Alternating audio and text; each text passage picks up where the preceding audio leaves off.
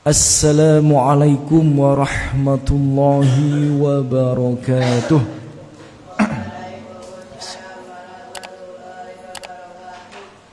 Alhamdulillah.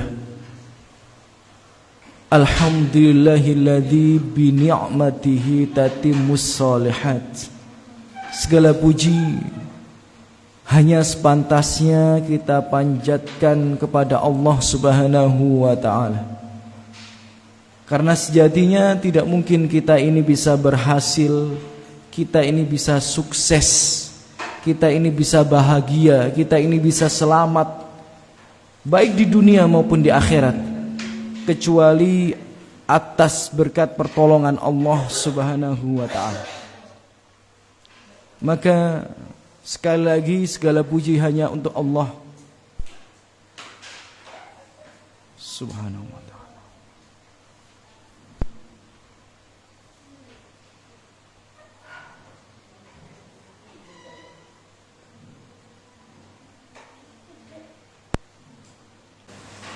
Tayyib.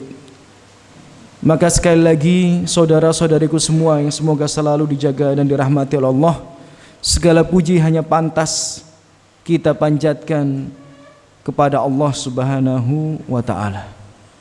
Dan tidak lupa saudara-saudariku semua, Allahumma salli wa sallim wa barik ala sayyidinal mursalin nabiyina Muhammadin wa ala alihi wa ashabihi wa man tabi'ahum bi ihsanin ila yaumiddin, amma ba'd.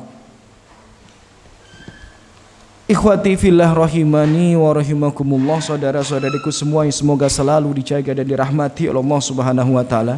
Alhamdulillah Allah pertemukan kita kembali di majelis yang mulia ini, di rumah Allah yang mulia ini. Dan sebagaimana biasanya setiap Ahad pertama ya, di sore hari ya, ba'da asar kita mengkaji kitab Al-Qaul Al-Mufid ala Kitab Tauhid, yakni kitab Qaul Mufid yang merupakan syarah daripada kitab Tauhid yang ditulis oleh Syekh Muhammad bin Saleh Al-Utsaimin rahimahullah. Dan saya kira kitab ini memang sangat urgent sekali ya, tidak lain tidak bukan agar kita ini bisa ya mentauhidkan Allah dengan benar dan mengetahui macam-macam kesyirikan sehingga kita tidak jatuh daripadanya. Karena tidak dapat dipungkiri saudara-saudariku semua, ada sebagian kaum muslimin yang mereka itu ya beriman atau mengaku sebagai seorang muslim tapi ternyata jatuh ke dalam kesyirikan. Nah, itu yang kita khawatirkan bersama. Ya, jatuh ke dalam kesyirikan bukan karena mau berbuat syirik, bukan, tapi karena tidak tahu bahwa itu adalah syirik. Maka daripada itu saudara-saudariku semua, Allah berfirman ya di surat Al-Baqarah yang kita semua sudah hafal, wa minan nasi may yaqulu amanna billahi wa bil yaumil akhir. Ada sebagian manusia kata Allah yang mereka itu mengaku beriman kepada Allah dan hari akhir, mengaku mereka, tapi ternyata fakta pahitnya iman mereka itu bertepuk sebelah tangan. Pengakuan itu hanya dari sisi mereka tapi tidak dari sisi Allah Subhanahu wa ta'ala. Allah tidak mengakui iman mereka. Allah mengatakan wa ma hum bimu'minin. Jadi itu yang kita khawatirkan. Jangan sampai kita ini mengaku muslim, mengaku beriman kepada Allah, tapi ternyata jatuh ke dalam kesyirikan karena kejahilan, karena kebodohan kita. Maka inilah ikhtiar kita untuk belajar ya, mendalami tauhid dengan benar supaya kita ya dapat mentauhidkan Allah sebenar-benarnya, sebagaimana tujuan diciptakan manusia adalah untuk mentauhidkan Allah Subhanahu wa ta'ala. Dan kita sudah memasuki bab yang baru, saudara-saudariku semua. Di sini muallif rahimahullah ya menulis bab qaulullahi ta'ala, bab firman Allah Subhanahu wa ta'ala, innama dzalikumus syaitan yukhawwifu awliya'ah. Sesungguhnya itu adalah syaitan yang menakut-nakuti orang-orang yang dicintai oleh Allah Subhanahu wa ta'ala atau wali-walinya. Jadi ini bab tentang ya bahwa syaitonlah yang menakut-nakuti manusia, yang memberikan rasa takut di dalam dada manusia, memberikan was-was dalam dada manusia. Ternyata itu adalah ulah syaitan.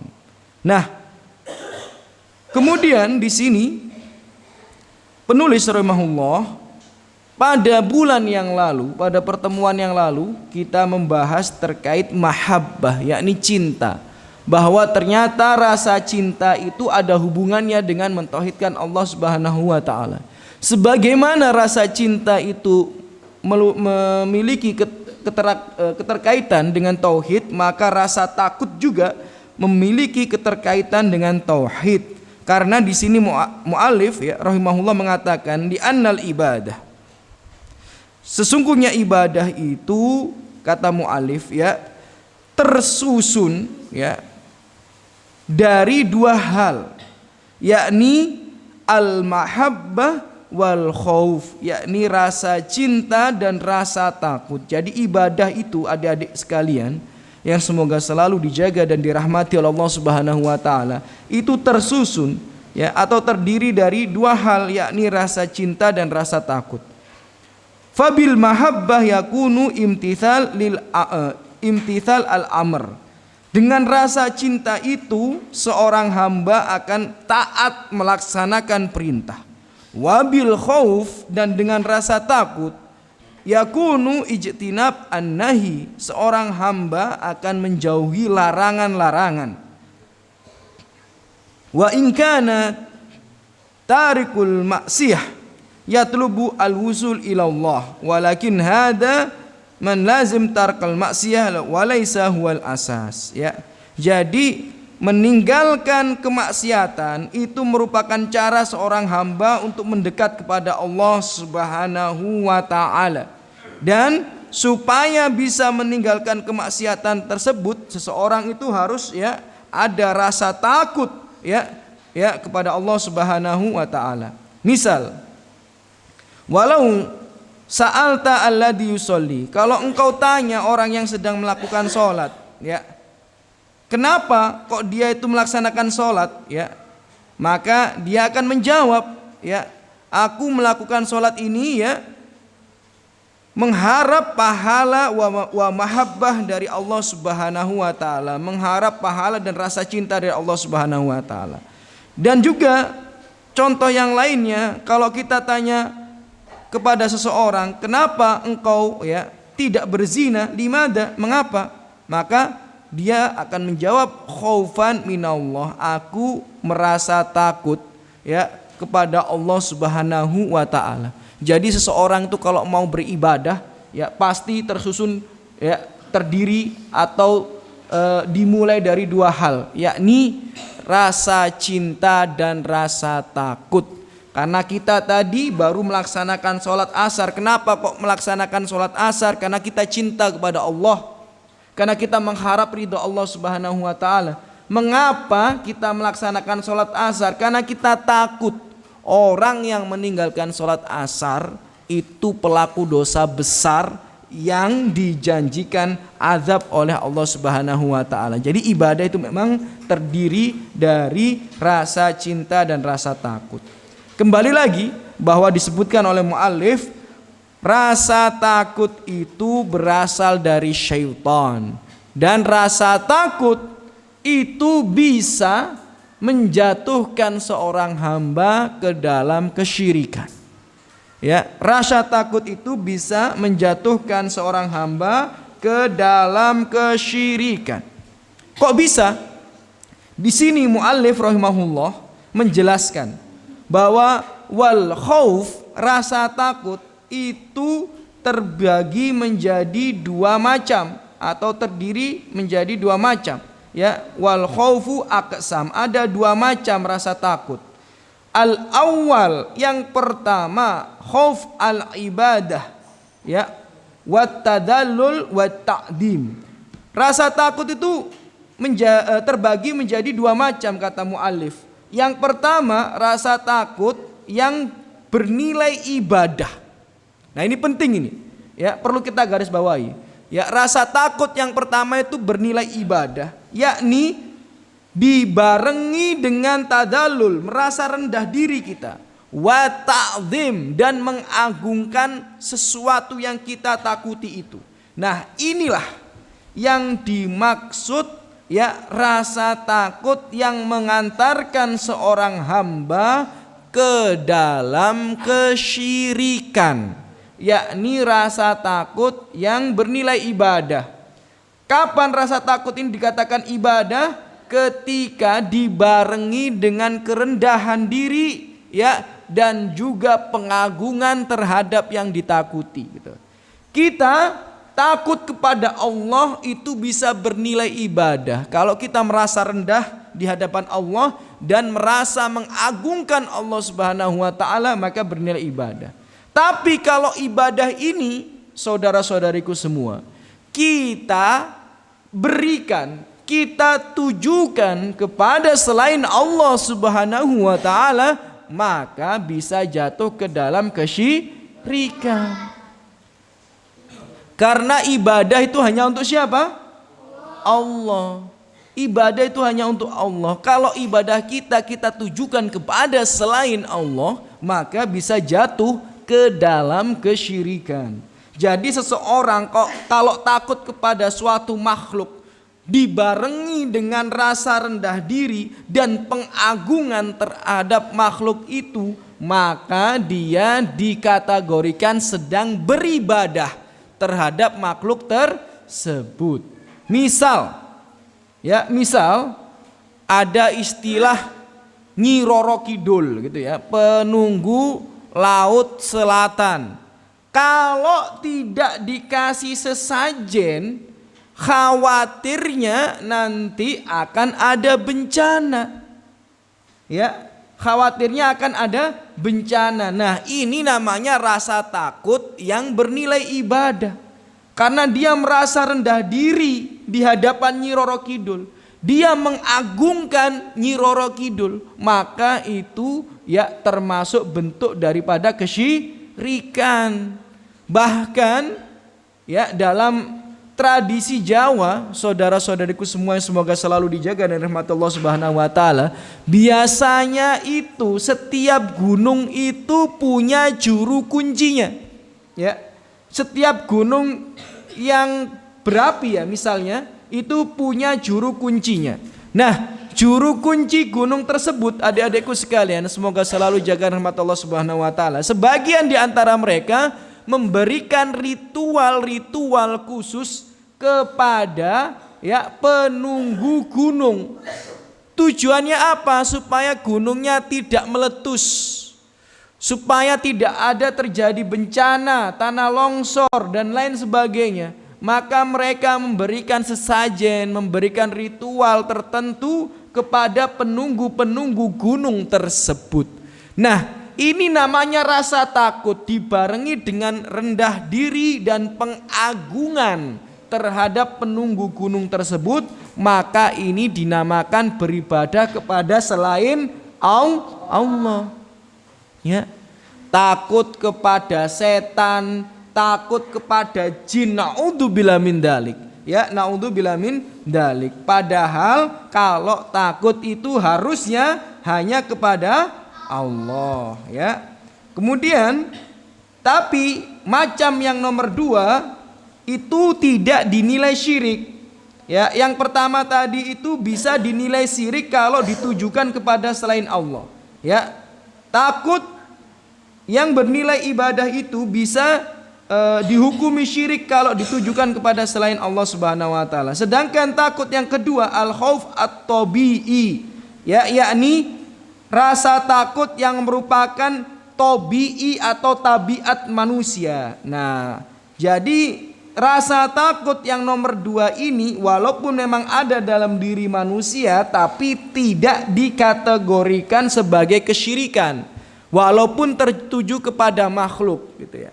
Misal nih, adik-adik lagi jalan-jalan di hutan, kemudian ketemu macan, kira-kira lari apa nyamperin?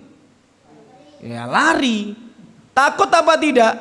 Takutlah, takut dimakan sama macan. Nah, Takut yang seperti ini bukan takut yang dikategorikan syirik.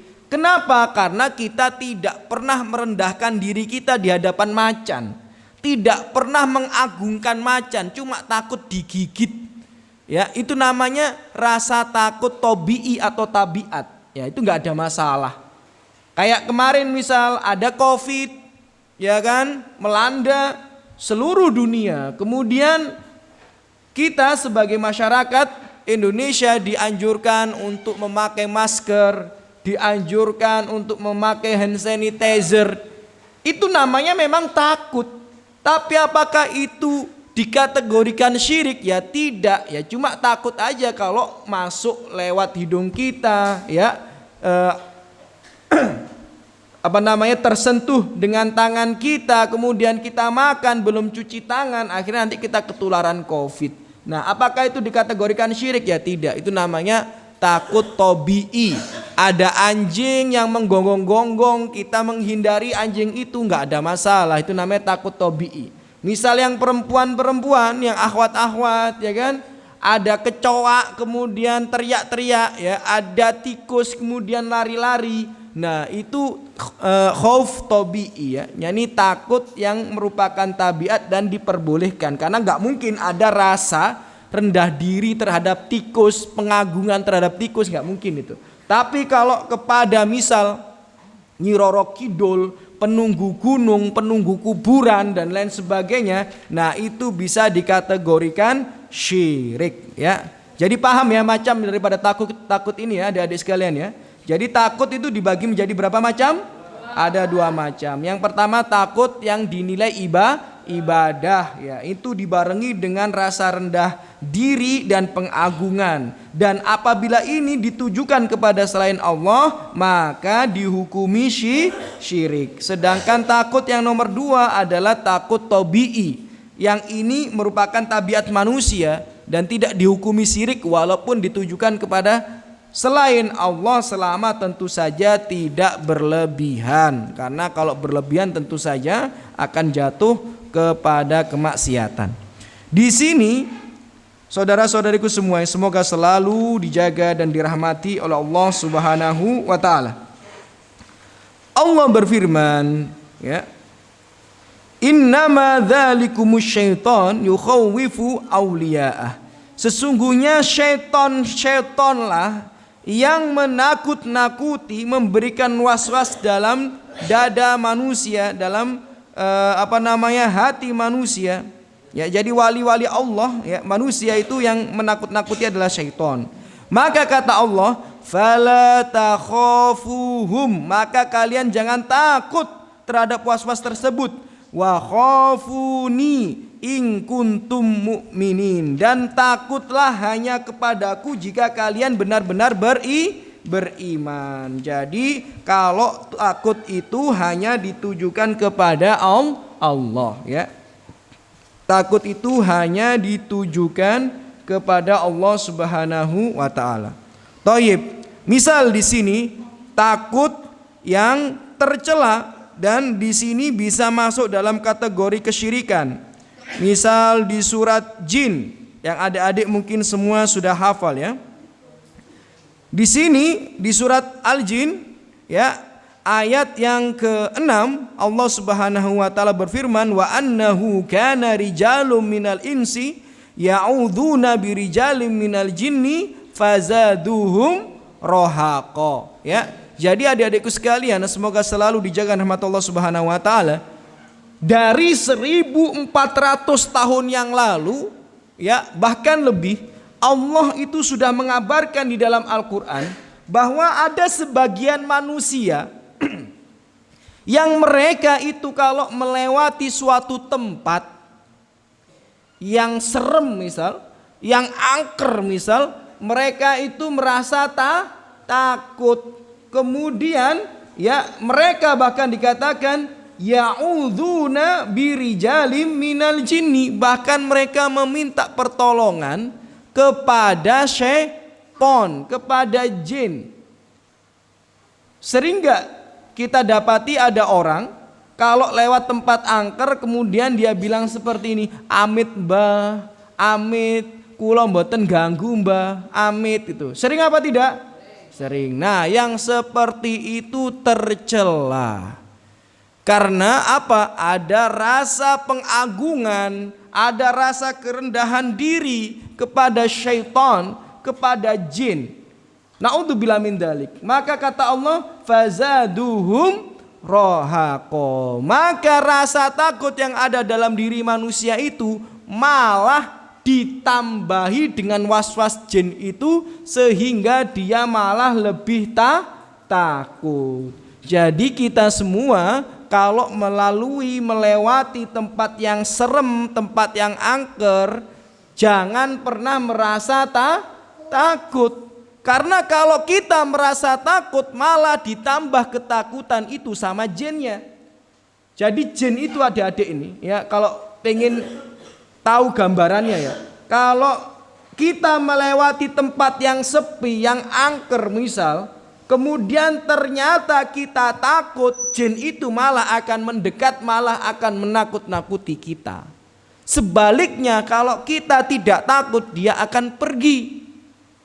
Maka jangan pernah takut dengan jin. Kalau kita takut malah akan lebih takut lagi. Maka daripada itu Allah dan Rasulullah SAW jauh-jauh hari sudah memberikan kita bekal supaya kita tidak takut, supaya kita ini punya senjata untuk menghadapi hal itu. Jadi adik-adik kita semuanya ini kalau melewati tempat yang angker, tempat yang serem, jangan lupa zikir yang diajarkan oleh Rasulullah SAW. A'udzu bikalimatillahi tammah min syarri ma khalaq. Dibaca 3 kali. Insya Allah gak akan ada satu makhluk pun yang mampu mengganggu kita, karena itu sudah jaminan dari Rasulullah SAW. Jadi kalau adik-adik sekalian ini melewati tempat angker, tempat sepi, kemudian bulu kuduk merinding, ada perasaan takut, nggak usah bilang amit mbah, nggak perlu. Justru itu masuk kategori kesyirikan. Bahkan mending ya kita berzikir dan percaya akan kabar dari Rasulullah SAW bahwa barang siapa yang berlindung dengan kalimat a'udzu bikalimatillahi tammati min syarri ma khalaq 3 kali, maka dia akan dilindungi oleh Allah Subhanahu wa taala. Ya. Jadi jangan takut lagi ya kalau misal di kamar mandi sendirian ya, kalau tidur sendirian ya, atau jaga sendirian, tidak perlu takut. Justru harusnya jin-jin itulah yang takut dengan kita, karena kita manusia, sedangkan mereka jin. Harusnya mereka yang takut dengan manusia, bukan manusia yang takut dengan jin atau syaitan. Bahkan kita tahu sendiri kan bagaimana Umar bin Khattab radhiyallahu anhu, setiap ia melewati suatu jalan maka para syaitan itu akan kabur terbirit-birit mencari jalan yang lain gitu loh. Lah kalau Umar bisa sedemikian, kita bisa mencontoh beliau akan hal tersebut. Yang penting tanamkan bahwa tidak boleh ya ada rasa takut dengan kerendahan diri dan pengagungan, kecuali kita tujukan kepada siapa? Kepada Allah Subhanahu wa taala. Taib. Adik-adikku sekalian, semoga selalu dijaga rahmat Allah Subhanahu wa taala. Rasa takut di sini juga ya yang disampaikan oleh para ulama juga rasa takut akan kemiskinan. Jadi ada sebagian manusia itu yang takut miskin. Ya, takut apa? Takut miskin, padahal rezeki kita ini sudah ditulis belum oleh Allah Subhanahu wa taala? Sudah. Dalam sebuah hadis dikatakan innallaha qad kataba, sesungguhnya Allah ini telah menulis maqadirul khalq, ya takdir-takdir hambanya, ya sebelum 50.000 tahun penciptaan langit dan bumi gitu loh.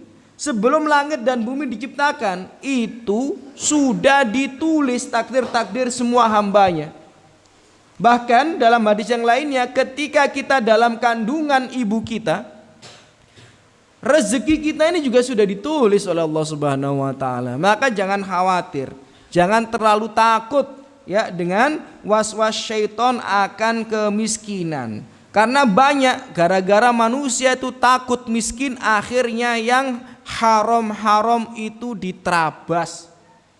Mereka takut, wah aku kalau nggak bisa nyicil rumah, kalau nggak nyicil KPR misal, ya aku nggak bakal dapat rumah. Ya akhirnya diwakasi was-was terus sama setan. Akhirnya dia ngambil KPR ribawi. Naudzubillah min dzalik. Ya padahal kakek nenek moyang kita itu ya belum ada sistem KPR, sudah bisa bangun rumah. Sudah bisa beli tanah dan lain sebagainya. Masa kita ini yang lebih berpendidikan ya daripada nenek moyang kita malah lebih takut untuk tidak mendapatkan rezeki. Ya naudzubillah min dzalik. Kemudian di sini penulis juga mengutip sebuah ayat di surat At-Taubah ayat 18. Allah berfirman, "A'udzubillahi minasyaitonirrajim. Innama ya'muru masajidallahi man amana billahi wal yaumil akhir wa aqamas shalah wa ataz zakah wa lam yakhsha illallah." Ya. Jadi Allah berfirman di surat At-Taubah ini, sesungguhnya yang pantas untuk memakmurkan masjid-masjid Allah itu adalah mereka yang beriman kepada Allah, beriman kepada hari akhir, menegakkan sholat, melaksanakan zakat, dan tidaklah takut kecuali kepada Allah. Itulah harusnya prinsip yang dipegang teguh oleh seorang muslim, oleh seorang mukmin. Tidak ada rasa takut kecuali kepada siapa? Kepada Allah gitu loh. Kenapa kok kita takut kepada selain Allah ini, kenapa gitu? Ya, kenapa kok kita ini ya mengagungkan makhluk? Kenapa kok kita ini merasa rendah diri kepada makhluk gitu loh? Padahal yang menjamin semuanya itu adalah Allah gitu loh. Naudzubillah min dzalik ya. Naudzubillah min dzalik. Adik-adikku sekalian, semoga selalu dijaga rahmat Allah Subhanahu wa taala. Kemudian penulis di sini memberikan sebuah faidah bahwa dalam Al-Qur'an atau dalam bahasa Arab ya ada dua istilah apabila diterjemahkan dalam bahasa Indonesia maknanya sama.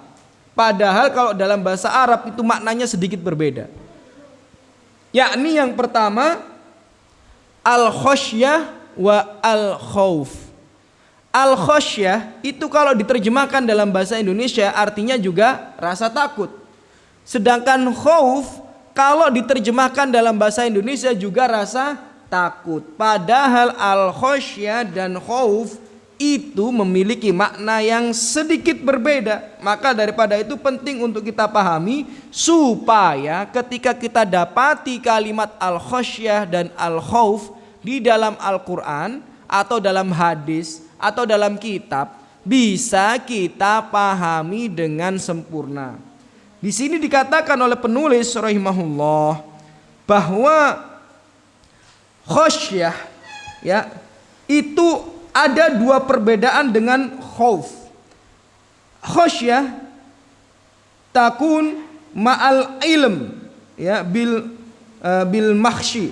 Jadi kalau khosyah itu selalu dibarengi dengan ilmu ya. Jadi kalau orang takut dibarengi dengan ilmu itu namanya khosyah. Maksudnya gimana? Kita takut meninggalkan sholat karena nanti diadab oleh Allah Subhanahu wa taala. Kita takut berzina, kita takut pacaran karena khawatir diadab oleh Allah Subhanahu wa taala. Kita takut salaman dengan yang bukan mahram karena ancamannya itu lebih dahsyat daripada besi yang dibakar kemudian ditancapkan di kepala manusia. Nah, ini namanya khosyah. Ya, rasa takut yang dibarengi dengan ilmu. Kita takut karena Allah Subhanahu wa taala itu maha dahsyat adabnya. Nah, itu dibarengi dengan ilmu, itu namanya khosyah. Dalilnya di surat Fatir ayat 28. Innama yakhsyallah min ibadihil ulama. sesungguhnya yang takut kepada Allah Subhanahu wa taala itu hanyalah dari hamba-hambanya yang memiliki julukan para ulama. Jadi orang yang takut kepada Allah itu namanya ulama. Walaupun dia seorang alim berilmu, tapi kalau enggak takut sama Allah berarti dia tidak dihukumi alim. Maka para ulama salaf senantiasa mengingatkan, kalau ada orang alim tapi suka maksiat berarti dia bukan alim. Ya, ada orang alim tapi nerobos yang haram.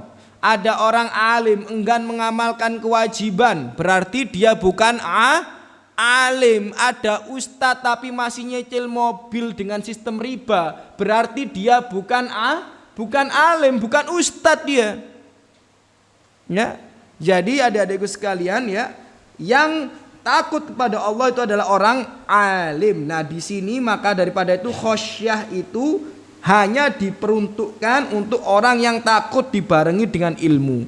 Kemudian perbedaan yang kedua, khosyah itu kata Syekh Muhammad bin Shalih Al-Utsaimin di sini dibarengi ya dengan sebab pengagungan ya. Jadi pasti dibarengi dengan sebab pengagungan. Nah, jadi kalau khauf bisa jadi ada pengagungan, bisa jadi tidak.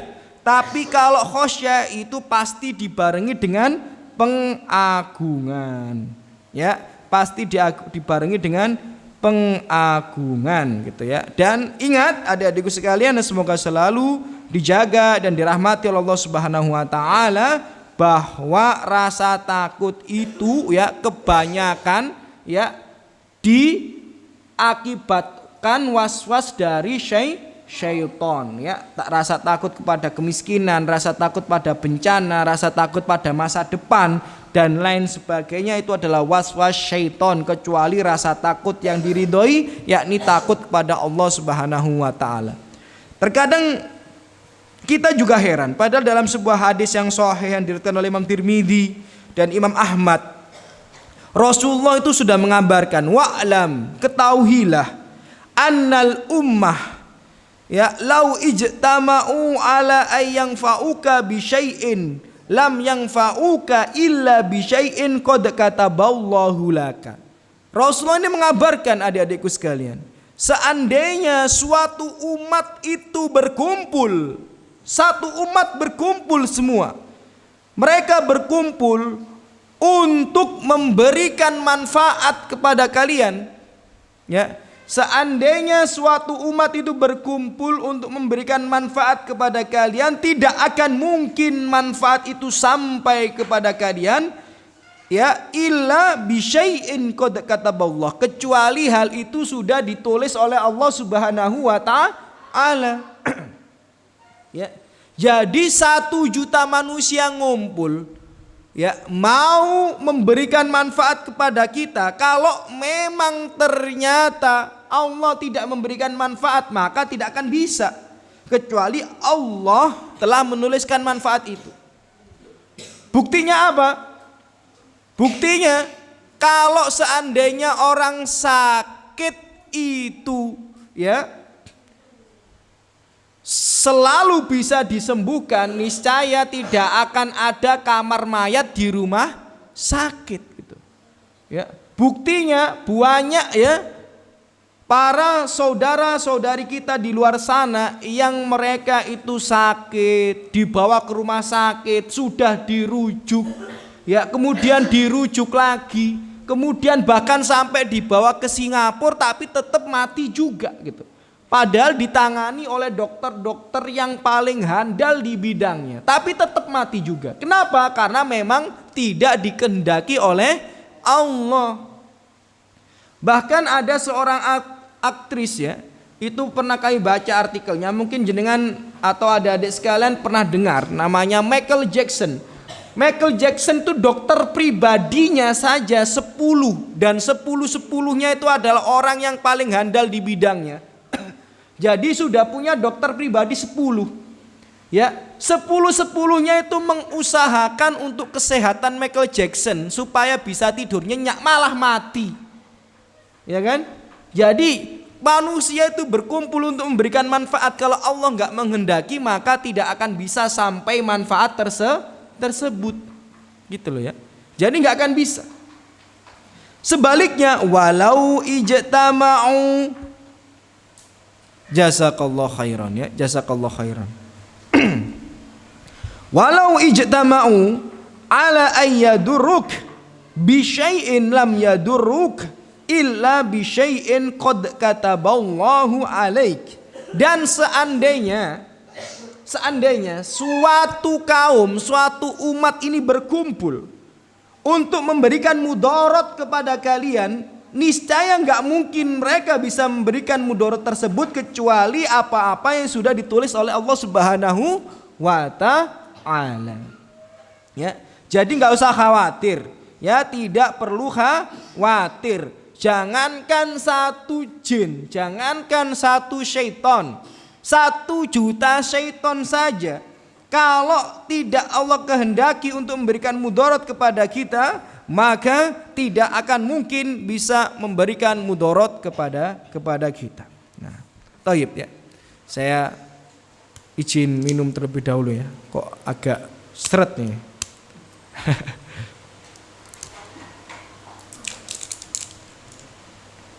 Bismillah.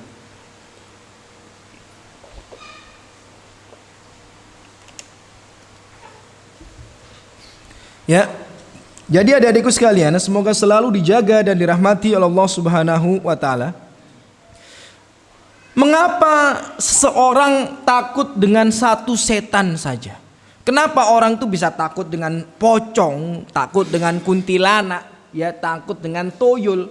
Padahal jangankan kuntilanak, jangankan pocong, jangankan toyol, Allah lewat lisan Rasulullah mengabarkan, seandainya suatu kaum, suatu umat, seluruh jin berkumpul untuk memberikan mudarat, gak akan bisa kalau gak diizinkan Allah. Mengapa kok kita ini terlalu takut dengan hantu, terlalu takut dengan syaitan, padahal yang kita lihat di televisi itu hanyalah bohong. Gak ada itu namanya ya. Syaitan-syaitan bisa membunuh manusia dengan seenaknya saja begitu ya, dan lain sebagainya. Itu hanyalah cerita fiksi, yakni cerita khayalan dan khurafat saja. Jadi jangan sampai akidah kita, iman kita tergadaikan dengan hal-hal yang sedemikian. Harusnya kita tetap yakin bahwa tidak ada yang bisa ya memberikan mudarat kepada manusia kecuali atas izin Allah Subhanahu wa ta'ala ya. Maka daripada itu ya, pernah ada sebuah kisah tentang seorang wanita yang dia ini sudah disantet oleh semua dukun ya, bahkan dari yang paling kroco sampai yang paling tinggi levelnya. Ternyata semua dukun ini tidak mampu untuk mensantetnya, padahal dia wanita biasa. Ya, bukan nabi dia, ya, bukan wanita yang terkenal dia, ya wanita biasa. Tapi kenapa nggak bisa disantet? Ternyata dia punya kebiasaan setiap hari membaca 2 ayat terakhir surat Al-Baqarah, ya setiap malamnya, ya. Jadi ingat, ya tidak ada yang bisa memberikan mudarat kepada kita semua kecuali atas izin Allah. Tinggal kita ya menjaga diri kita, membentengi diri kita dari hal-hal yang sedemikian. Bagaimana cara membentenginya? Ya tentu saja dengan memperbanyak zikir. Zikir pagi dan petang. Ya. Kemudian 2 ayat terakhir surat Al-Baqarah, ya. Kemudian apa? Zikir sebelum tidur. Kalau sebelum tidur itu jangan lupa dikibas-kibas dulu ya tempat tidurnya dengan mengucap tasmiyah ya. Kemudian jangan lupa dalam keadaan berwudu membaca ayat kursi, maka kita akan dijaga oleh Allah Subhanahu wa taala sampai kita bangun. Ya, sampai kita bangun gitu ya. Gak ada kekhawatiran tentang hal itu ya. Dan itu bisa kita buktikan. Ya, kita buktikan. Misal Ini kan ada adik kan tinggal di asrama ya. Nanti kalau ada kabar dari temen, itu loh di kamar itu angker. Nah, buktikan keangkeran itu. Ya, jangan takut. Ya, buktikan keangkeran itu dengan hadis-hadis Rasulullah Shallallahu Alaihi Wasallam. Ya, dengan hadis-hadis Rasulullah Shallallahu Alaihi Wasallam. Tanpa bermaksud mensucikan diri, ini pernah saya buktikan juga dulu seperti itu. Jadi saya dulu juga pernah mondok ya kayak adik-adik. Kemudian kata temen itu di kasur sebelah situ angker. Ada anak kecil warnanya hitam loncat-loncat. Ya, teman saya bilang seperti itu. Teman saya anak Aceh ya, orang Aceh gitu. Nah, wah, disitulah saya tertarik untuk membuktikan hadis Rasulullah SAW. Ya, Rasulullah mengatakan kalau kita ingin dijaga Allah Subhanahu Wa Taala gampang. Gimana caranya? Sebelum tidur dikibaskan dulu kasurnya. Mengucapkan apa? Tasmiyah. Jadi Bismillah dikibaskan 3 kali kasurnya. Kemudian dalam keadaan wudhu jangan lupa membaca ayat kursi. Kemudian zikir-zikir sebelum tidur yang diajarkan oleh Rasulullah itu dulu saya praktekkan di kasur yang dibilang angker sama teman saya yang dari Aceh itu. Kemudian apa yang terjadi? Qadarullah masya'Allah, di tengah malam langsung saya ngerasa dicekik sama anak kecil warnanya hitam gitu ya, dicekik gitu. Nah, kemudian apa yang terjadi? Ya, tapi alhamdulillah dengan izin Allah, bukan karena kelebihan saya, enggak, karena saya mencoba membuktikan hadis Rasulullah SAW. Tapi ternyata ketika saya seolah-olah dicekik itu, kemudian saya bangun, kemudian Allah berikan saya kekuatan untuk narik dia gini, kemudian banting Allahu Akbar gitu. Kemudian saya bangun dalam keadaan tangan saya sudah membanting seperti itu. Loh. Nah, sudah. Kemudian apa yang terjadi kalau kita melihat atau mimpi yang seperti itu, maka kita ya mengucapkan ta'awud dan meludah 3 kali di arah kiri. Dan setelah malam itu nggak ada namanya cerita angker-angker lagi di kamar tersebut. Jadi itulah fungsi iman. Ya, itulah fungsi iman. Coba sekarang saya tanya kepada adik sekalian. Kalian percaya enggak dengan perkataan Rasulullah? Percaya apa tidak?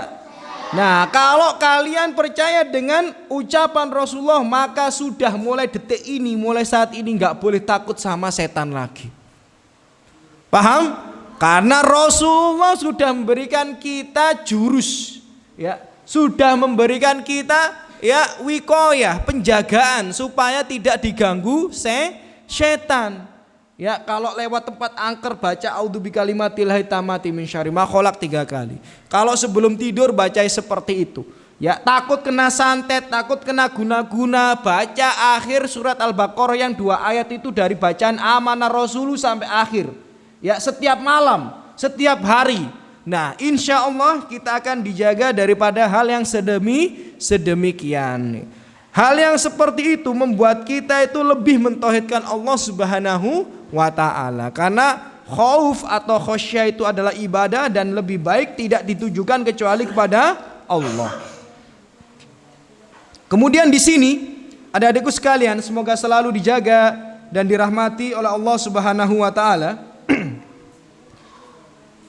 Mu'allif rahimahullah mengutip firman Allah di surat Al-Ankabut ayat ke-10. Ya, di surat Al-Ankabut ayat ke-10. Mu'allif menyebutkan firman Allah, wa minan nasi may yaqulu amanna billah. Ada sebagian manusia mereka mengaku beriman kepada Allah. Fa idza udhiya fillah. Namun ketika dia itu diuji, ketika berada di atas jalan Allah Subhanahu wa Ta'ala, ketika mengikuti kebenaran dia diuji, ja'ala fitnatan nasi ka'adzabillah. Mereka menjadikan fitnah-fitnah yang dari manusia itu seolah-olah azab Allah Subhanahu wa Ta'ala. Na'udzubillah min dzalik. Nah, ini penting ini, khususnya kita yang ingin terus berada istiqomah di atas jalan yang lurus. Kita yang ingin berpegang teguh dengan kebenaran, kita yang ingin terus berada di atas sunnah, harus kita ingat-ingat ayat ini. Karena Allah jauh-jauh hari mengabarkan ada sebagian manusia mengaku beriman, Tapi ketika imannya diuji, ya, ketika dia berada di jalan Allah kemudian diuji, dia menjadikan ujian yang dari manusia itu seolah-olah adab Allah dan akhirnya dia tidak mampu kemudian meninggalkan kebenaran. Contoh, kita ngaji, belajar ilmu agama, kemudian tahu ternyata kalau pakaian laki-laki itu harusnya berada di atas mata kaki. Ya, sudah tahu hadisnya apa belum? Sudah tahu kan bahwa kita ini dilarang isbal. Isbal itu celana atau kain sarung yang melebihi mata kaki. Nah, supaya mengikuti Rasulullah kita angkat itu, kita potong kain tersebut. Ternyata ketika kita berusaha untuk menjalankan sunnah, ada fitnah dari manusia. Diomong-omong, tuh celananya kebanjiran, tuh aliran celana cingkrang, tuh aliran sesat. Nah, gak kuat dia. Akhirnya dia pakai celana yang seperti biasa lagi. Itulah maksud daripada ayat Allah di surat Al-Ankabut ayat 10 ini. Sama yang perempuan juga seperti itu. Sudah mencoba menutup aurat dengan benar, jilbabnya dipanjangkan. Yang sebelumnya jilbabnya pendek, dipanjangkan jilbabnya. Yang sebelumnya nggak pakai cadar lah dia. Kemudian pulang ke kampungnya dibilang, tuh kamu ikut aliran sesat apa ini? Tuh kamu ngaji ke siapa ini? Tuh ajaran macam apa ini? Dengan omongan-omongan manusia itu dia menganggap seperti adab Allah Subhanahu wa taala, kemudian dia kembali ke asalnya meninggalkan sunnah hanya karena fitnah dari manusia. Banyak gak seperti itu? Banyak. Banyak gak seperti itu? Banyak. Belum lama saya gak sengaja ketemu sama laki-laki, ya, gak sengaja ketemu sama laki-laki. Kemudian kebetulan waktu itu kan saya sama istri, ya, kemudian gak sengaja bertemu dengan laki-laki juga dengan istrinya. Kemudian dia bilang seperti ini, ya akhi, dulu istri saya juga cadaran gitu. Dulu istri saya juga jilbabnya panjang. Cuma nggak enak kalau sudah di Mojokerto ini nggak enak, ya nggak enak dengan omongan orang. Nah ini seperti di surat Al-Ankabut ayat 10 ini, ada sebagian manusia hanya karena fitnah manusia meninggalkan kebenaran, hanya karena sungkan meninggalkan kebenaran. Banyak nggak yang seperti ini? Banyak. Banyak nggak yang seperti ini? Banyak. Ya, naudzubillah min dzalik. Ya, naudzubillah min dzalik. Ya, meninggalkan cadarnya, meninggalkan jilbab panjangnya hanya karena omongan orang-orang di sekitarnya. Ini naudzubillah min dzalik. Ya. Tidakkah kita ingat bahwa Abu Thalib itu mati dalam keadaan kafir, selama-lamanya di neraka itu karena omongan tetangganya, karena omongan manusia. Dalam hadis yang sahih diriwayatkan oleh Imam Bukhari ini, saya bacakan.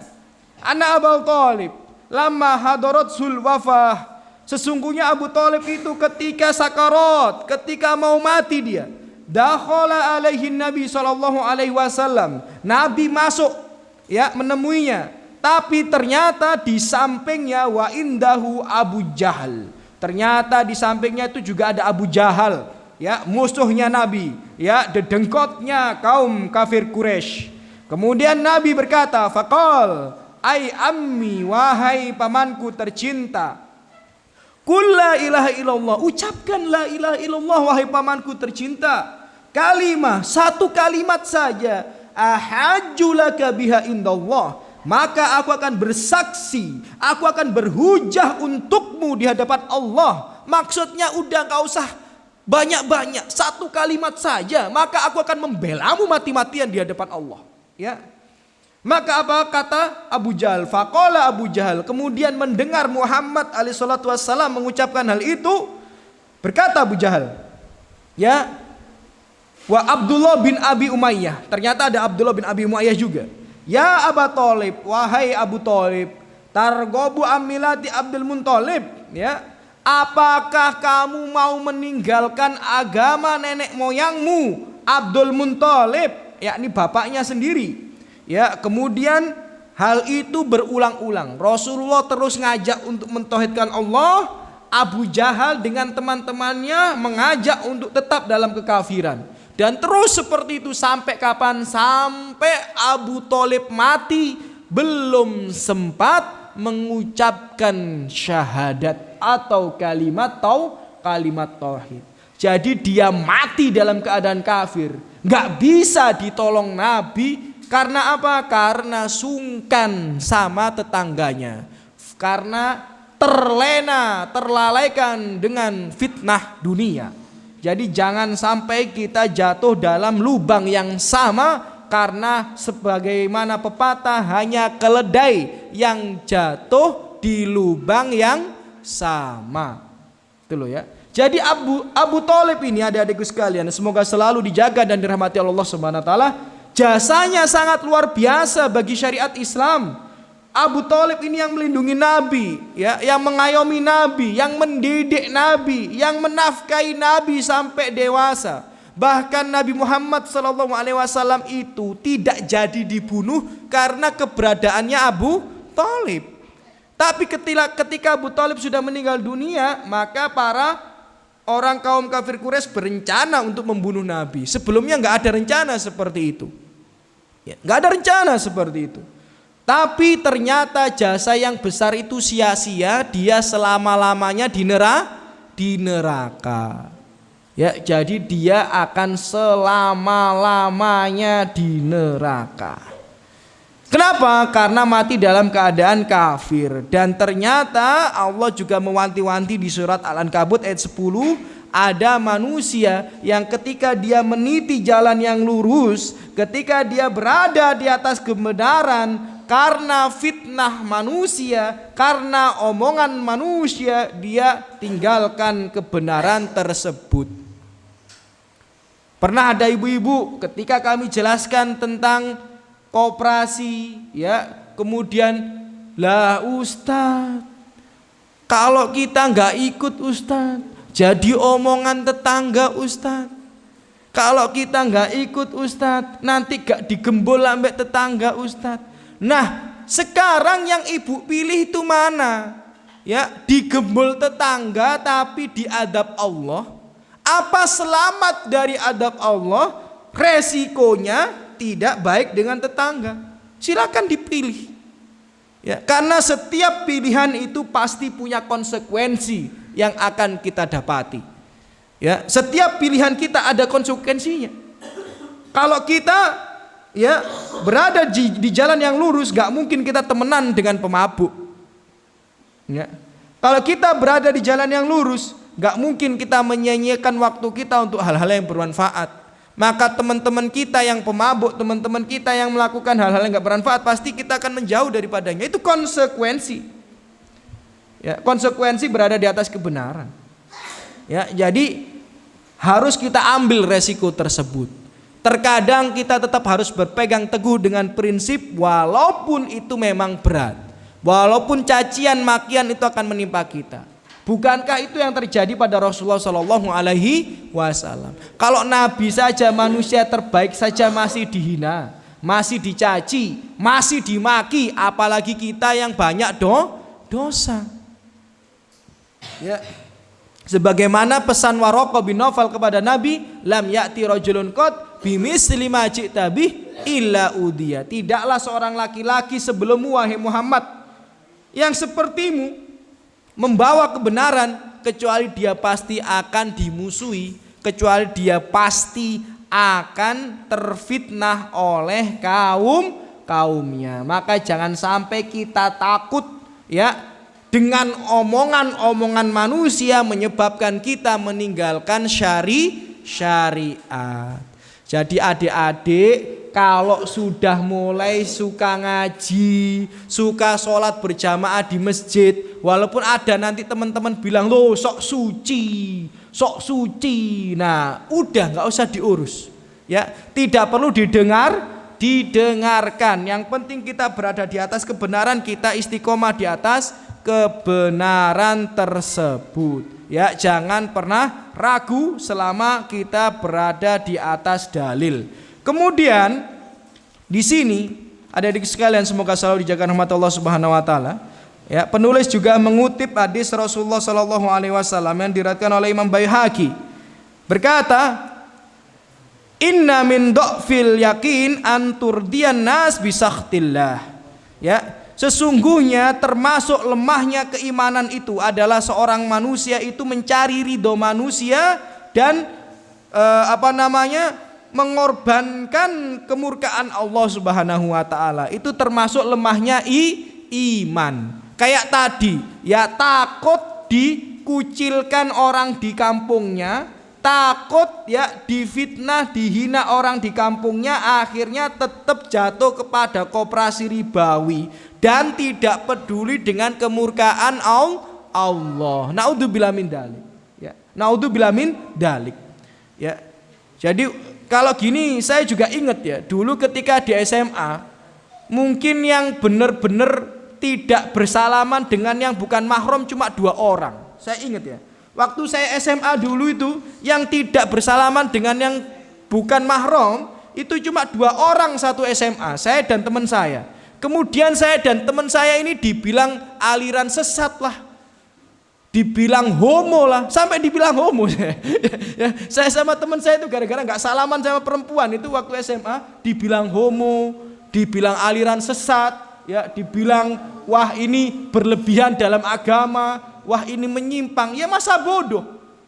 Itu kan cuma omongan manusia. Omongan manusia tidak menyebabkan kita miskin. Omongan manusia tidak menyebabkan kita sakit. Omongan manusia tidak menyebabkan kita terhina.